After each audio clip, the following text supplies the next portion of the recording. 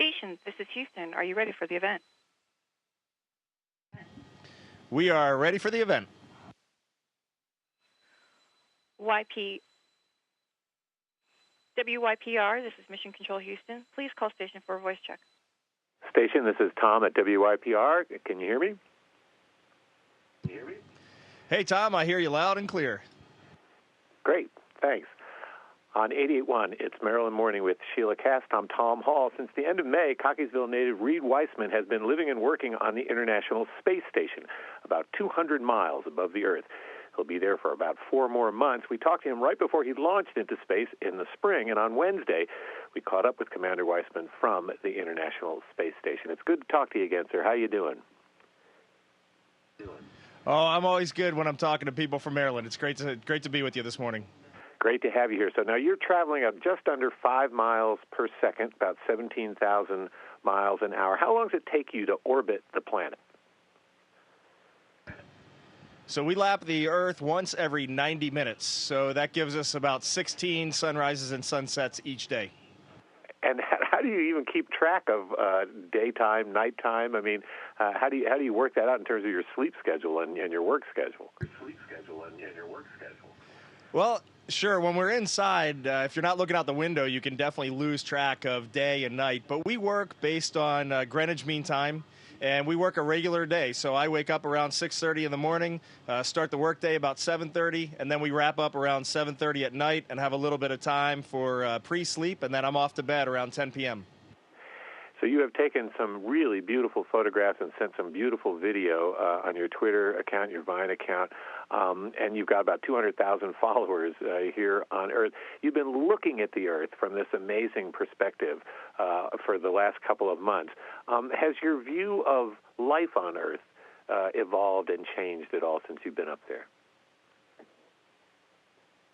That's a great question, and no one's really asked me that yet. I would say it has in many ways. First of all, our planet is amazingly beautiful and way more complex and dynamic than I ever imagined. And the thing that I think really strikes me is the night passes, and if you are over land, almost entirely you see lights and you see humans, you see civilization down there, and really it just brings home to me that our planet's actually pretty small when you come down to it. 90 minutes to lap our planet, and it really looks small from up here. I wonder, and forgive me if this is too personal a question, but are you lonely?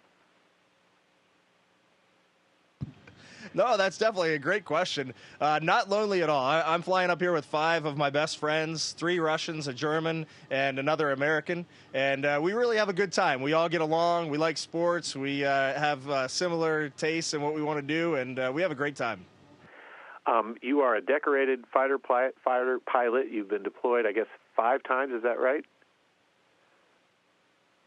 Well, I think I lost count, and we should tack this one on as a deployment as well, so we'll call it 6.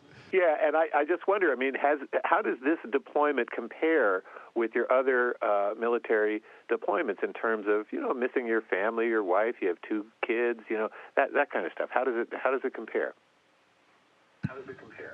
Well, it may not seem too logical, but my connectivity from up here, thanks to the good folks at NASA on the ground, is fantastic. So I actually get to talk to my wife and kids once a week, and that's really a great morale booster. And then our email has been really good. We have real-time email now, as long as we have a good satellite link. So I get a couple emails a day. My wife's been sending me pictures and little video clips of the kids. So I stay in touch, and it's really nice.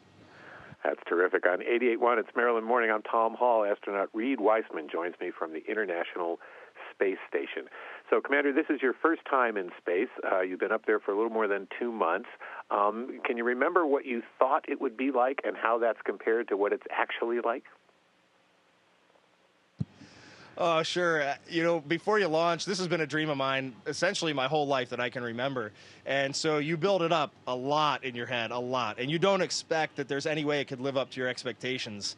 And then when the engine's cut off on your rocket and you're floating for the first time, you realize, first, the Earth is way more beautiful than you ever expected when you look out the window. But second, that living and working up here, at least initially, is way harder than you ever dreamed. So just turning off gravity, my whole world was twisted upside down. And it took me at least a few weeks before I was comfortable up here. What's the biggest part of the adjustment to being in a weightless environment?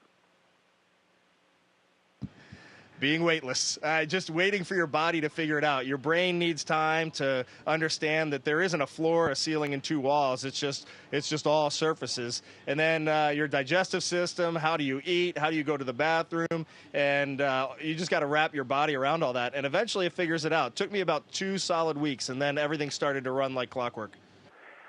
Yours was the first team to dock as quickly as it did. You were actually docked at the ISS about 6 hours or so after you launched from Kazakhstan. Can you walk us through that maneuver? That's the first time that that's happened. My impression is that previous flights had taken as many as 2 days to catch up with the ISS. Well, sure. One small correction. We were, I think, maybe the third or fourth crew to do this, but it is really new. We've only been doing it for about the last year and a half. And so launch happens basically in the middle of the night out of Baikonur in Kazakhstan, and then it's 6 hours, and it's just go, go, go until you get to the space station. So by the time we got here, I think all three of us were exhausted, and it's funny to note the first thing that was said when we got onto the space station is, "Where's the bathroom? Because we got to go bad." And what kind of work? What is the specific work that you're charged with yourself on the space station? Well, I'm not sure if you can see on the video downlink right now, but basically I'm a run-of-the-mill flight engineer. I'm standing in the U.S. lab. It's absolutely covered in science experiments. I'm standing right next to Robonaut, a great robot we have up here. So my main tasks are, first, keep my body in shape, so I'm working out about 2 hours a day. Second main task is keep the space station running clean and correct. So maintenance is a huge priority for us. And then third, and really our highest priority as an organization, is conducting the science up here. And we've been hot and heavy on science for the last 2 months.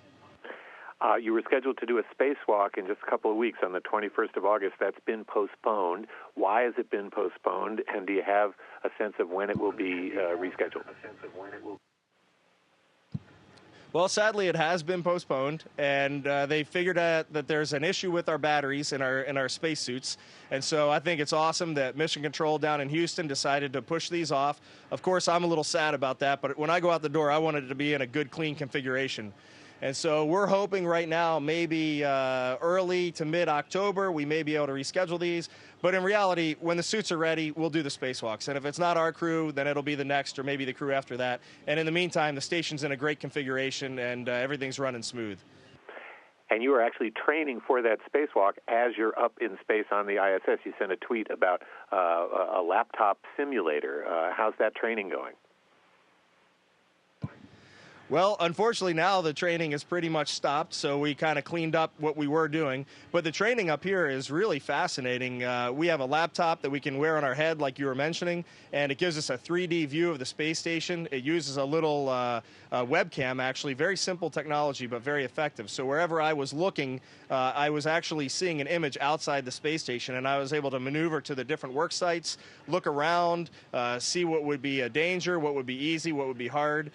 So for me, it was really fantastic training. And I was working with a gentleman, our commander, Steve Swanson, who's done many spacewalks. So to have a veteran like him at my side helping me out was just fantastic. And when you eventually get outside the space craft for your spacewalk, what will you be doing specifically?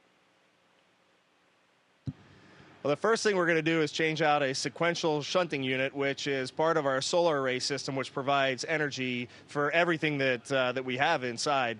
It's all based on solar power, of course. So that one of our components on one of our 8 arrays failed a few months ago, and that's our primary task, is to fix that.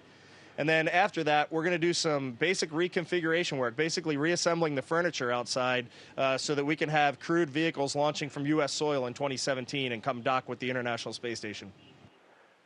Well, it really sounds terrific. And Commander Wiseman, I really appreciate your time, and we look forward to catching up with you again during your incredible historic journey on the ISS. Thanks so much. Hey, thank you, and I look forward to our next meeting. Reid Wiseman, he's a Cockeysville native and an astronaut who joined us from the International Space Station. We've got a link to Commander Wiseman's Twitter feed on our website, WYPR.org/Maryland Morning. I'm Tom Hall. Don't space out on us. Lots more ahead on Maryland Morning with Sheila Cast. Stay with us. Station, this is Houston ACR. That concludes the WYPR portion of the event. Please stand by for a voice check from Maryland Public Television. Station, this is Maryland Public Television. How do you hear me? I've got you loud and clear. How about me? Read loud and clear. This is Jeff Salkin in Owings Mills. Thank you very much for the time. We'll take most of the 10 minutes. We try to have fun and feel free to go off on tangents here. And I'll begin by saying, Commander, thank you for speaking with us. Jeff, it's great to speak to you. And Owings Mills, that's right down the street from where I grew up, so it's great to know that's where you are right now. It's a pleasure to be talking to folks in Maryland. I have to ask, do you wear that Orioles jersey every day up there? You know, lately it's been pretty good to be an Orioles fan, so I keep it handy for events like this, and on the weekends I certainly bring it out. I guess in space, nobody can hear you cheer. That's the problem. I know they keep you so busy on duty at the space station. Tell us a little bit about what your normal day is like, and whether you have time to just look out the window and enjoy where you are. Certainly, great question. So our normal day is just like any Earth day. We work off of Greenwich Mean Time in London.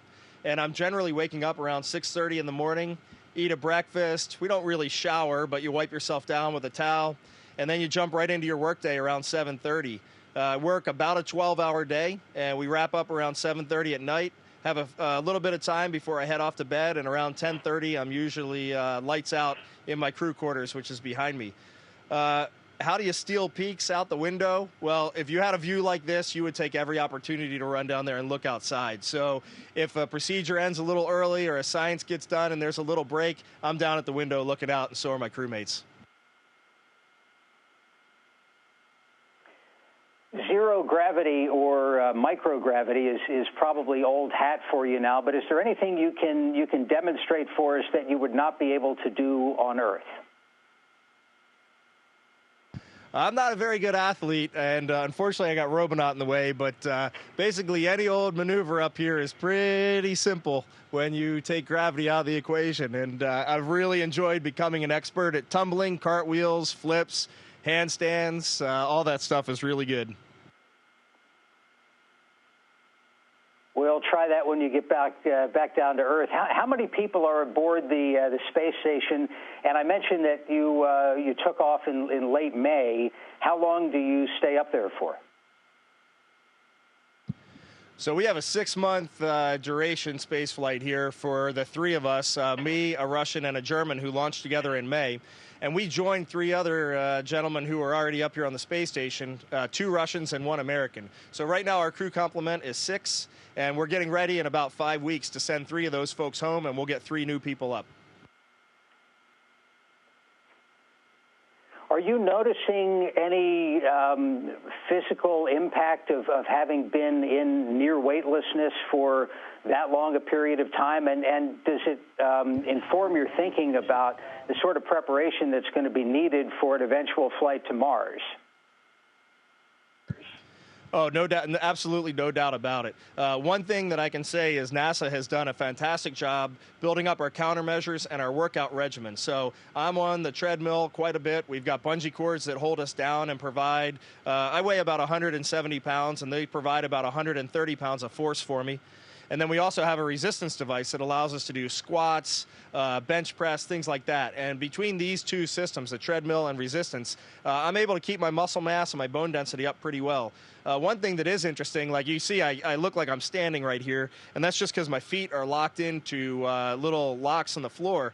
But the fronts of my legs, the muscles have changed pretty dramatically being up here just because I'm using my feet in different ways. And so I think with the countermeasures we have when we do a trip to Mars, it's going to require a lot of physical activity by the astronauts.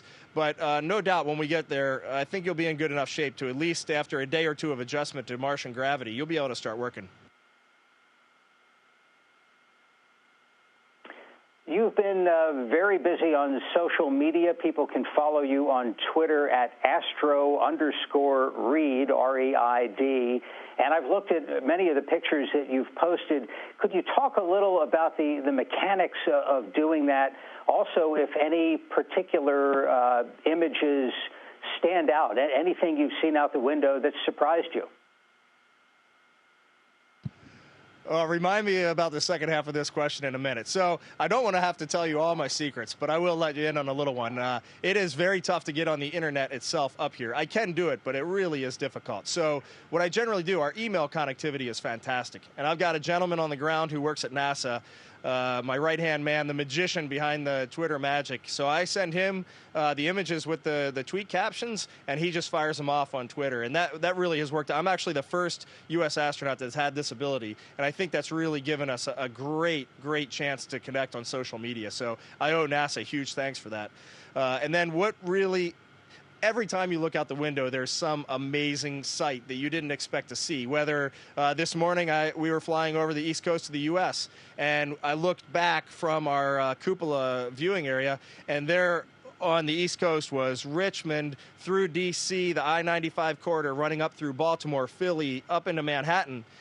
And that was amazing. But then what really blew me away is I just shifted my glance a little bit upward, and there's Chicago, Detroit, and Toronto on the horizon. And then above that, you could see the aurora, the northern lights, with the sunrise just barely peeking in. And I'd say for at least the last little bit, I mean, that just blew me away. To see my hometown in this beauty was amazing.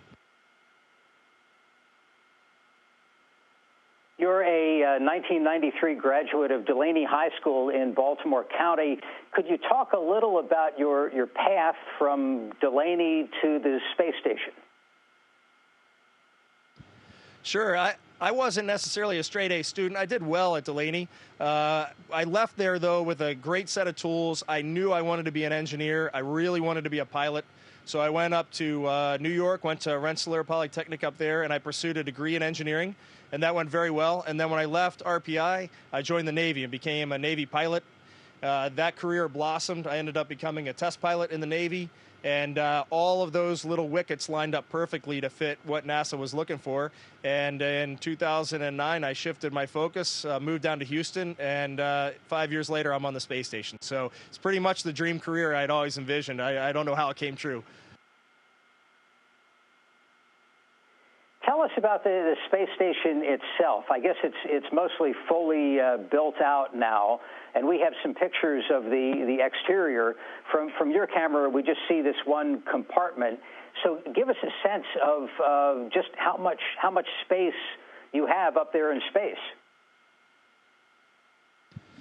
Well, the dimensions, I think everyone says they're about as big as a football field. That's our outer dimensions with our solar arrays. Inside, I'd say if you cleaned out about a 747, that's the room we have. Obviously, you can see here, it's not as big around as a 747, but it's long. And behind me, there's two modules that shoot off either side, a Japanese module and a European module.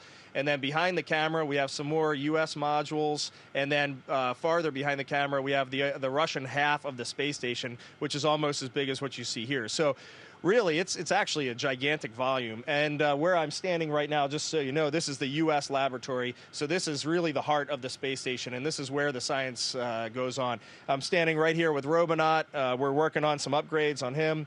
I've got a German experiment running over here in a glove box.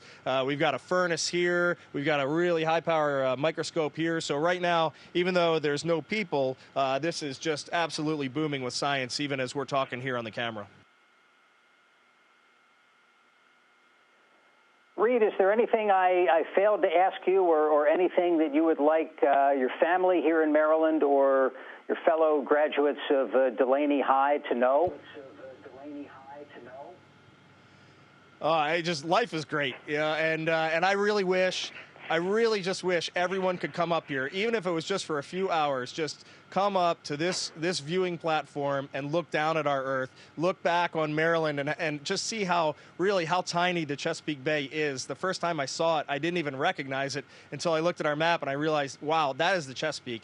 And this morning, I'm looking from the tip of Florida, Key West, all the way up through Maine in one glance. And it really it's so gorgeous. I really wish everybody had a chance, and everybody deserves that chance. So I hope someday everybody can come up and take a look.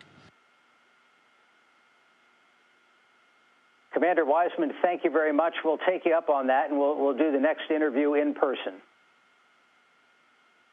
Hey, absolutely. That's a deal. Come on up and let's do it. I would love to have you.